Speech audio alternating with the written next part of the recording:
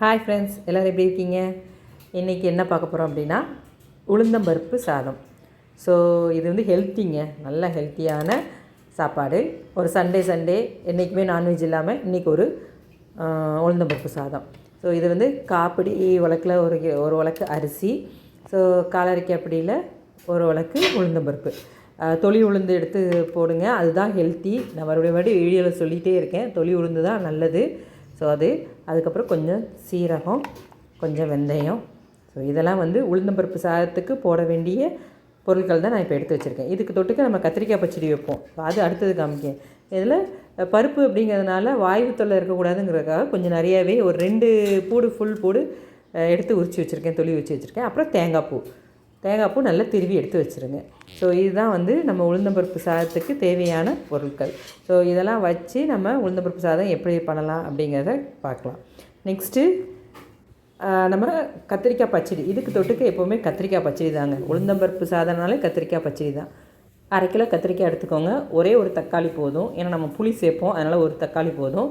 அதுக்கப்புறம் தாளிக்கிறதுக்கு கொஞ்சம் உளுந்தம்பருப்பு, கருவேப்பிலை, வெங்காயம், அப்புறம் மல்லி இலை.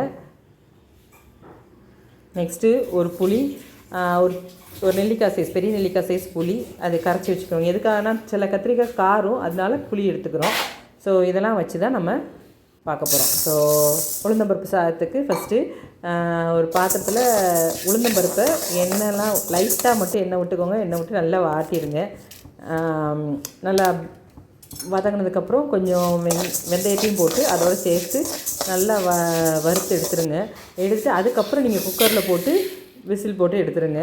நல்லா வேகிறதுக்கு எவ்வளோத்துக்கு குக்கரில் அதுக்கு ஏற்றாப்புல தண்ணி வச்சுக்கோங்க. பருப்புக்கு ஏற்ற தண்ணி வச்சுக்கோங்க. தண்ணி வச்சுட்டு குக்கரில் வச்சு வேக வச்சு தண்ணியாக எடுத்துருங்க.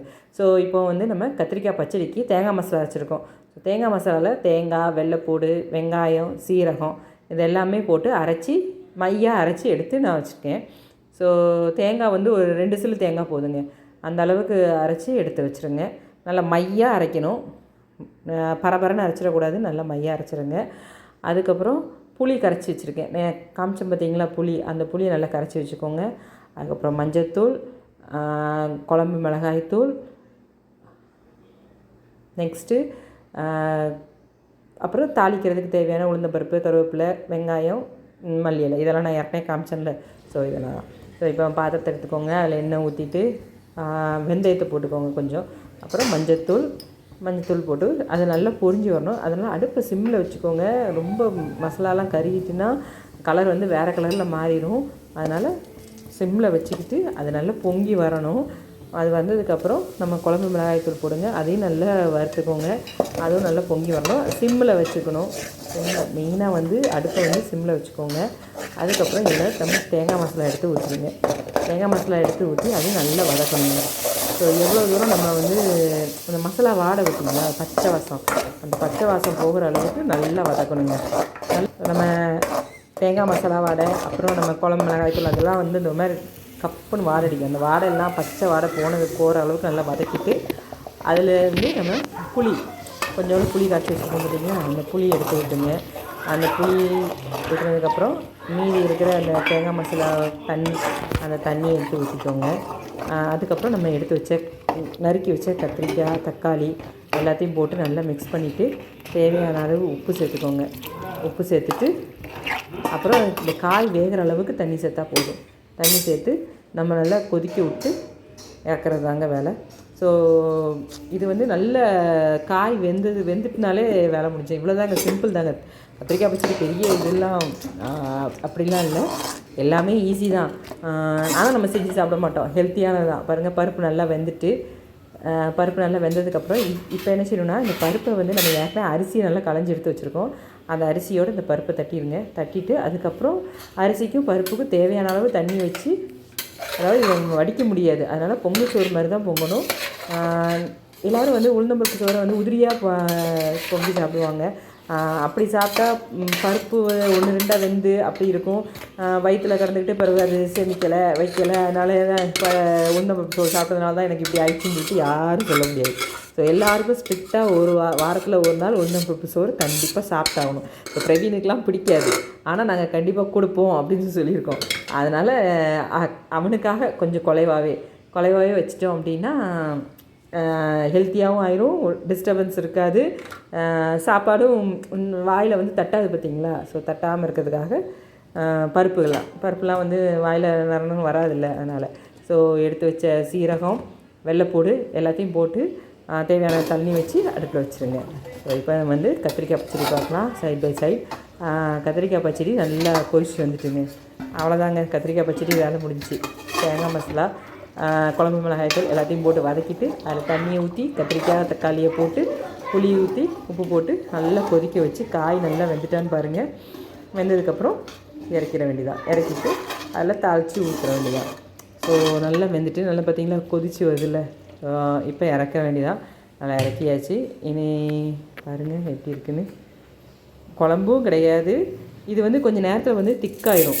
ஸோ அதனால் நீங்கள் வந்து தண்ணி வந்து நிறைய விடுங்க, நிறைய ஊற்றியே வச்சுருங்க. அப்புறம் தாளிக்கிறதுக்கு உளுந்தம்பருப்பு போட்டு தாளிங்க, அது நல்லா வாசமாக இருக்கும்.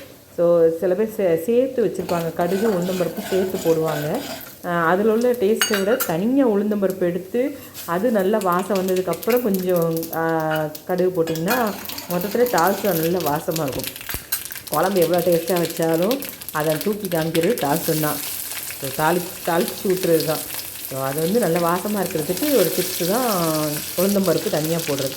அப்புறம் வெங்காயத்தை போட்டு நல்லா வதக்கிட்டு அது நல்லா வதங்கினதுக்கப்புறம் கருவேப்பிலையை போட்டு நல்லா வதக்கிட்டு தாளிச்சதை எடுத்து ஊற்றிட வேண்டியதான், குழம்புல எடுத்து ஊற்றிட வேண்டியதான். ஸோ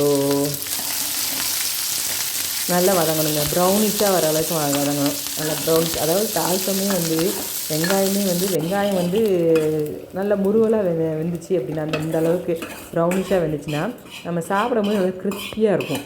வெங்காயம் முருவலாக வெந்து அதுக்கப்புறம் அதை தூக்கி நம்ம இந்த குழம்புல தட்டி சாப்பிட்டோன்னா அது வந்து நல்லா கிறிஸ்பியாக வாயில் படும்போது ரொம்ப டேஸ்ட்டாக இருக்கும்.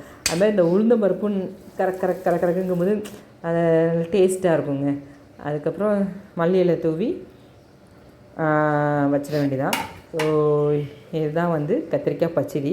இப்போ பாருங்கள் கிண்டுறோம். இப்போவே கொஞ்சம் திக்காயிட்டு பார்த்திங்களா. நம்ம அப்போ இறக்கி வச்சு தாளித்து ஊற்றுறதுக்குள்ளே கொஞ்சம் திக்காயிட்டு, இன்னும் சூடு ஆற இன்னும் வந்து கெட்டி பதத்துக்கு வந்துடும், நல்லா கெட்டியாக. ஸோ பச்சடினா இந்த அளவுக்கு தான் இருக்கணும், குழம்பு மாதிரி இருக்கக்கூடாது, கொஞ்சம் திக்காக இருக்கணும். ஸோ திக்காக இருக்கணும், அதுதான் வந்து இது. சாதம் வெந்ததுக்கப்புறம் அரை வேக்காடு வெந்திருக்கு, 3/4 வேக்காடு வெந்திருக்கு. அதில் நம்ம கொஞ்சம் உப்பு போட்டுக்கிறோம், தேவையான அளவு உப்பு போட்டுட்டு இப்போ என்ன செய்யப்போகிறோம் அப்படின்னா நம்ம துருவி வச்ச தேங்காய் பூ இருக்குது பார்த்திங்களா, அப்போ அதை வந்து இப்போ தான் போடணும். நல்லா இதை உப்பை கிண்டி விட்டுக்கோங்க. அதுக்கப்புறம் துருவி வச்ச தேங்காய் பூவையும் அதில் போட்டுருங்க. போட்டு அதையும் நல்லா மிக்ஸ் பண்ணி விட்டுட்டு, தேங்காய் பூ வந்து அன்ஹெல்த்தி அப்படி இப்படின்னு நிறைய பேர் சொல்லுவாங்க. ஸோ தேங்காய் அப்படிலாம் கிடையாதுங்க. தேங்காயில் உள்ள கொலஸ்ட்ரால் வந்து நல்ல கொலஸ்ட்ரால் தான். நீங்கள் வேணால் டாக்டர்கிட்ட கேட்டு பாருங்கள், தேங்காயில் உள்ள கொலஸ்ட்ரால் வந்து நல்ல கொலஸ்ட்ரால் தான் சொல்லுவாங்க. தேங்காய் வந்து அவ்வளோ ஒரு நல்லதுங்க, உடம்புக்கும் சரி, வயிறுக்கும் சரி, தலை முடிக்கும் சரி, எல்லாத்துக்குமே வந்து தேங்காயில் உள்ள எல்லாமே, தேங்காய் பால், தேங்காய் பூ எல்லாமே வந்து நல்ல ரொம்ப ஹெல்த்திங்க. கேரளா சைட்லலாம் பாருங்கள் தேங்காய் அதிகமாக சேர்ப்பாங்க. அவங்க எல்லாருமே பாருங்கள் நல்ல கலராக இருப்பாங்க, அவங்க முடி நல்ல நிறைய இருக்கும், ஹெல்த்தியாகவும் இருப்பாங்க. ஸோ தேங்காய் அவங்க அதிகமாக சேர்ப்பாங்க. நம்ம தேங்காயே இங்கே நிறைய பேர் சேர்க்க மாட்டாங்க. நாங்கள் பாருங்கள் தேங்காய் அதிகமாக, நாங்கள் கேரளா கிடையாது, ஆனால் தேங்காய் நிறைய சேர்த்தா தாங்க ஹெல்த்தி, அதனால நாங்கள் தேங்காய் சேர்க்குறோம். ஸோ தேங்காய் பூ போட்டு அது டேஸ்ட் சாப்பிடும் போது இன்னும் நல்லா டேஸ்ட்டாக இருக்கும். ஸோ சாதம் தம்மில் வச்சு இறக்கிடுங்க. சாதம் ரெடி ஆகிடுச்சு. நான் சொன்ன மாதிரி குலைவாக தான் வச்சுருக்கேன், சுட இருக்குது. எங்களுக்கு ஒரு ரவுண்டில் கொஞ்சமாக தான் செஞ்சுருக்கு. ஸோ ஒரு ரவுண்டுக்கே வந்துடும், அதனால் கட்டியாயிரும் சாதம் அப்படிங்கிறதெல்லாம் கிடையாது. சுட இருக்கும் போதே நல்லா சாப்பிட்ற வேண்டியதான். ஸோ சாதம் வச்சு கத்திரிக்காய் பச்சடி வச்சு தொட்டுக்க அப்பளம், சில பேர் வந்து இதுக்கு சுட்டப்பளம் வச்சு சாப்பிடுவாங்க. ஆனால் இதான் அப்பளம் நம்ம நார்மலாக எண்ணெயில் பொரிச்சிருக்கு. ஏன்னா பிரவீன்லாம் சுட்டப்பளம்லாம் சாப்பிட்டானா கொஞ்சம் டிஃப்ரெண்ட்டாக நான் இன்னும் கொடுத்து பழக்கலை, ட்ரை பண்ணும். இதுக்கு கண்டிப்பான முறையில் நல்லெண்ணெய் ஊற்றி சாப்பிட்ணுங்க. நல்லெண்ணெய் வந்து ரொம்ப ரொம்ப ஹெல்த்தி. ஸோ இந்த இதுக்கு கண்டிப்பாக நல்லெண்ணெய் ஊற்றி சாப்பிடுங்க. சாதம், உளுந்தம்பருப்பு சாதம், கத்திரிக்காய் பச்சடி, அப்பளம். ஸோ இதை வச்சு தான் நம்ம இன்றைக்கி லஞ்ச் சாப்பிட போகிறோம். ஸோ பிரவீனுக்கு தான் ஃபஸ்ட்டு ட்ரையல் கொடுக்க போகிறோம். அவன் என்ன சொல்கிறான்னு கேட்போம், பார்க்கலாம். ஹாய் ஃப்ரெண்ட்ஸ், இப்போ நம்ம உளுந்தம்பருப்பு சோறு கத்திரிக்காய் வச்சுட்டு டேஸ்ட் பண்ணி சொல்ல போகிறேன். வாங்க பார்க்க.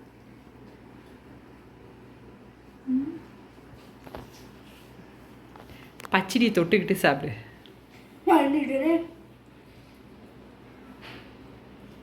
ம் ம் முஞ்ச காமி அழகா செமையா இருக்கு. But pachadi okay okay. ஆனால் நிஜமாக சூப்பராக இருக்குது. வேணால் ட்ரை பண்ணி பாருங்க. பர்ஃபெக்டாக இருக்கும். மதியம் லஞ்சுக்கு ஒரு பர்ஃபெக்டான இது.